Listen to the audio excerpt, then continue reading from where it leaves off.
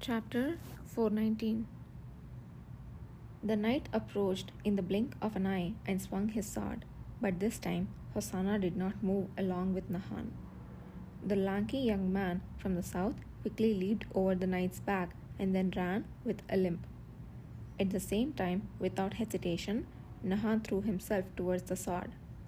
The knight attempted to withdraw his sword, but it was too late to fend off the relentless opponent. The sound of flesh being pierced mingled with a stifled breath.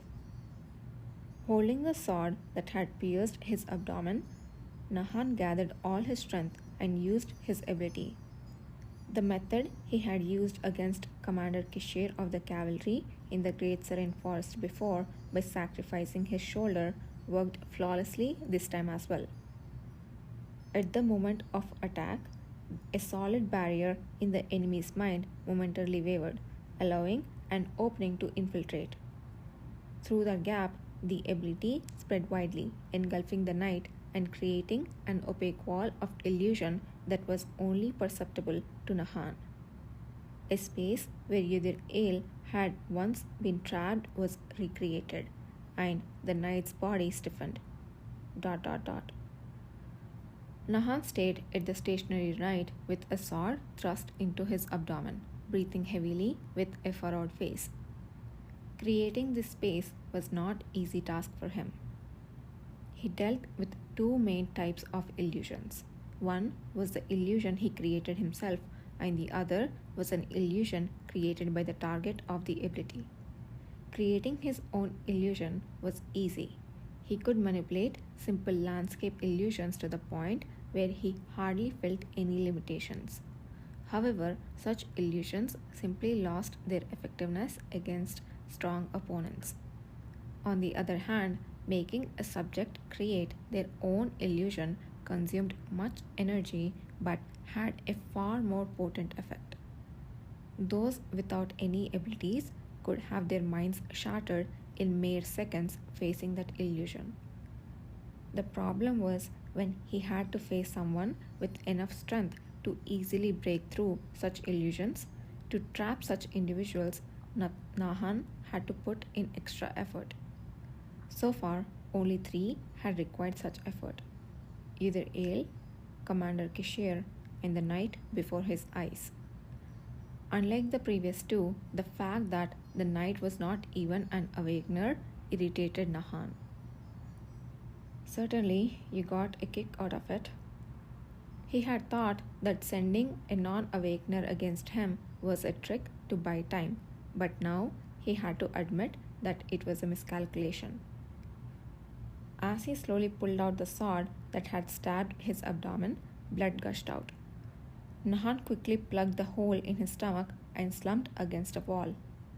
With eyes filled with silent fury, he looked at the result of the ability he had created with all his soul. Even humans who seem almost fearless are bound to fear something. He might have been able to break through a weak range of power that had not even properly formed. But what about the ultimate illusionary wall that even Yudhir and the commander had fallen into? Nahan lifted the blood-soaked edge of his lips. From now on, I will uncover what you fear. Then I will discover your identity and secrets. At the moment he slowly stood up and was about to touch the wall, a faint scream filled with shock and fear was heard. Though it was a soft sound, Nahan instantly recognized whose voice it was. Hosanna? He turned his head, and from behind him, as if on cue, a completely different explosion sounded than any before. Beyond the broken windows, in the aftermath of the battle, the bright red firebombs that clearly lit up the night sky and soared countless times were danger signals fired by the Awakeners from the Star of Nagran. A desperate and despairing signal that the plan to upend Baron Wilhelm's mansion and kill the Knights of Tenno as they were found had not gone as intended. What on earth was happening?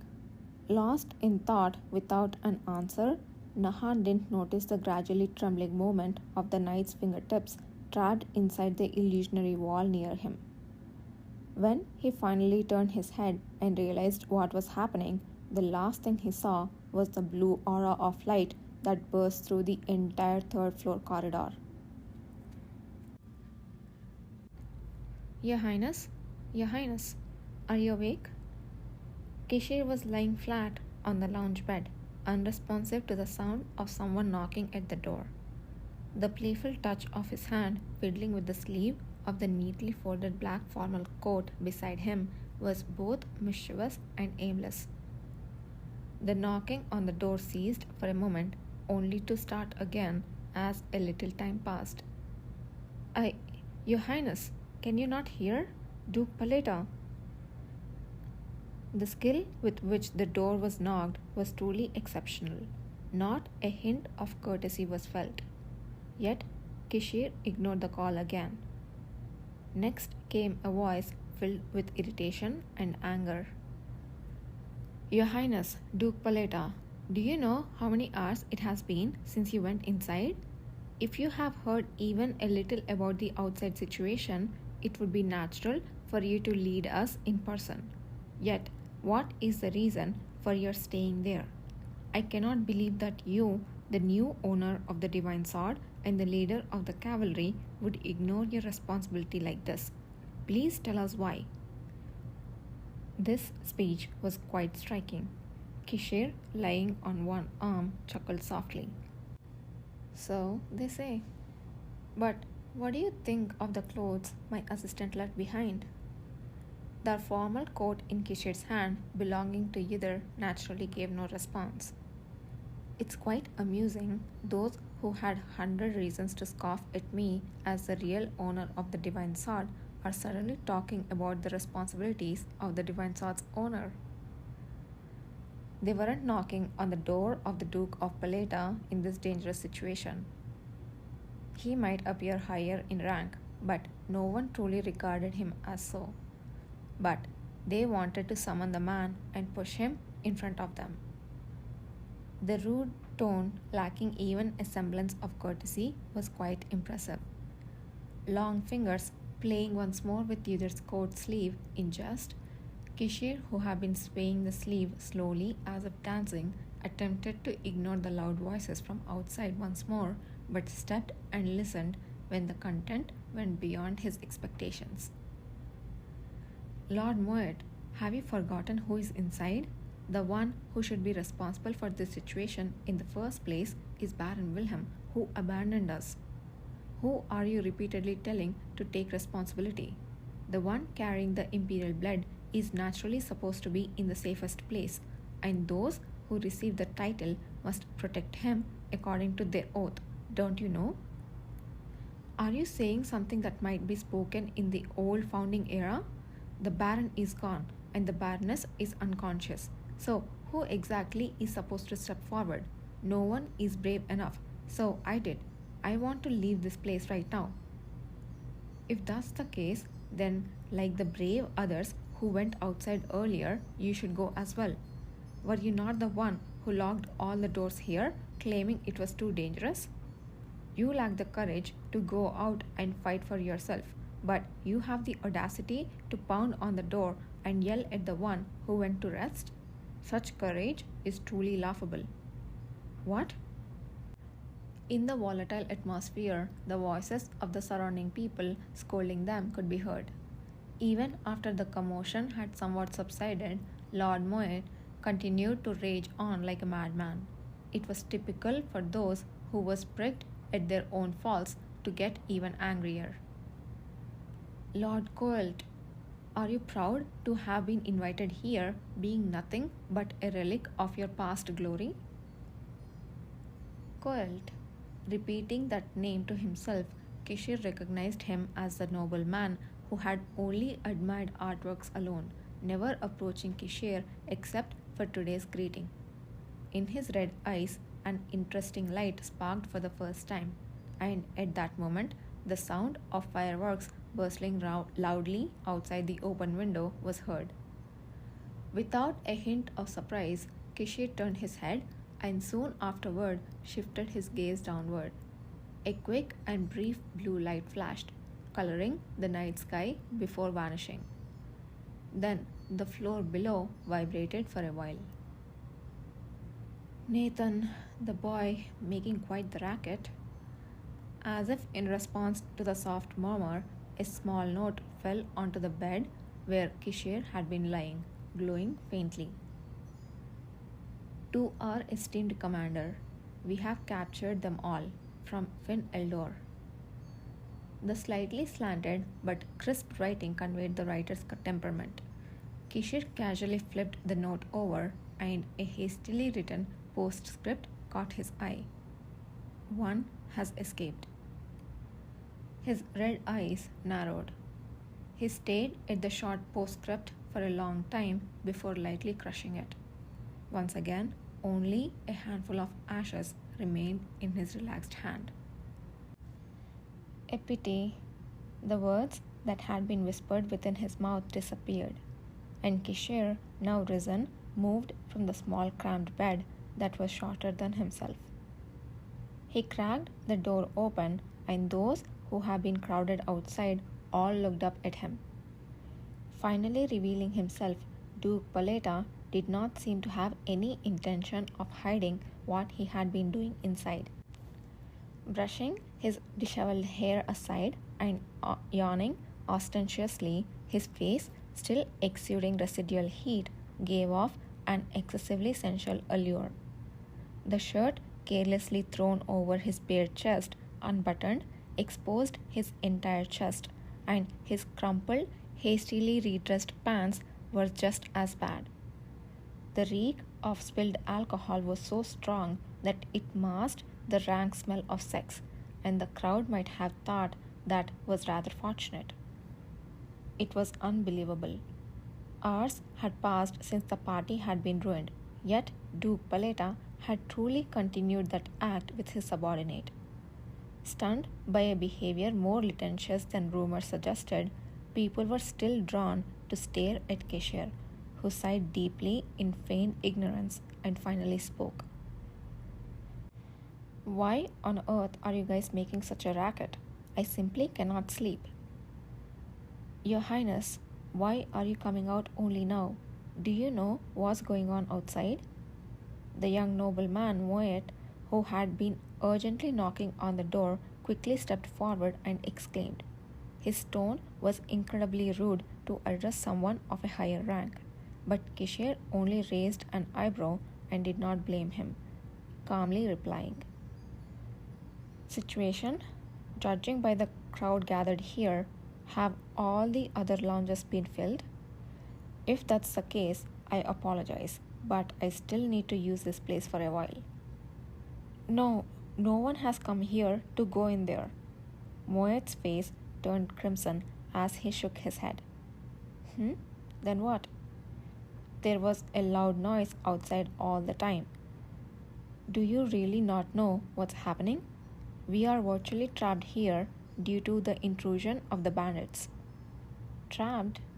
Yes, we heard that the knights are struggling outside, but we know nothing else. Now, only Your Highness, the master of the divine sword and the leader of the cavalry, can resolve this situation for us. Please take a closer look. At Moet's words, the nobles bowed their heads unanimously in agreement. But Coelt, the nobleman who had fought with him, looked straight at Kishir, fist clenched. An image of a gentle-looking man of an age to possibly have young children, staring straight ahead with sunset-like eyes beyond his glasses, was rather impressive. Perhaps it reminded Kishir of his own elder brother, who might be associated with a scholar or teacher. Kishir casually asked Coelt, You seem to have something else to say. What is it? As if he had been waiting, the nobleman immediately spoke. While it's true that we are trapped here, it's not because of an external force, but because we locked all the doors and windows from the inside. Rather than hoping for Your Highness to take the lead, shouldn't we first unlock the door ourselves and call in the servants and knights? Lord Coelt is not correct, Your Highness, shouted Moet, raising his head and glaring at Coelt. Opening the doors that were closed for safety before the situation is resolved is nonsensical. Then others began to add their opinions, and the area quickly became noisy. Most of them were in agreement with Moet. The people remaining here were mostly those socially left behind enough not to know even about the auction, and among them, especially those who were very fearful. Except for a very small number, like Lord Coelt. Kishir smiled briefly before speaking up to prevent the atmosphere from turning hostile again. Well, it's all fine, but what do you mean by asking me to take responsibility and act on your behalf while also wanting not to open the locked doors? Your Grace, Duke Paleta has been recognized as a new master of the Divine Sword and is also the one who leads the cavalry outside, are you not? And so, we, without strength, may find it impossible, but surely the heroic Udir El who serves you can easily solve the situation from here. Moet's voice trailed off as he looked past Kishir to the bed shrouded in darkness. He then shouted as if to a commoner with black hair who presumed was laying there, as though expecting him to listen.